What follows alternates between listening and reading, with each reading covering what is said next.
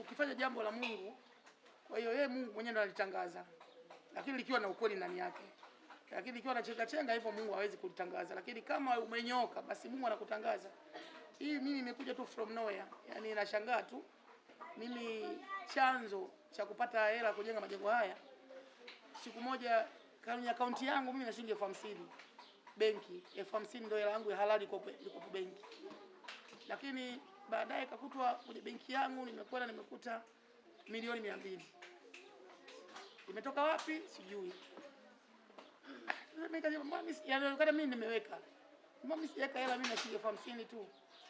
Nikaenda polisi, nikaenda benki, zile pesa tukazirudisha kwa sababu inaonekana walikosea. Baada ya hapo, kwa sababu nimezirudisha na watu walishawishi zitumie, kuna watu ngambia nafsi yangu najua na 50,000. Siwezi kula hela ambayo najua nafsi yangu najua kuna 50,000.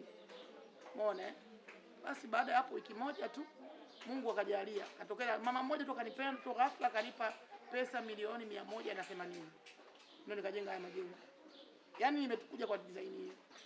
Aliponiletea tu bwana, mimi nimekuletea hizo pesa, utajua mwenyewe utafanya nini, nimependa tu harakati zako, nilianzia Mindu. Unaona, kwa aliponipa mimi nikaja kujenga huko, nikaja nikanunua huko porini nikaanza. Hapa palikuwa pori tuonani kabisa. Nimenunua hapa nikaanza kidogo kidogo mpaka sasa hivi nina ekari 100.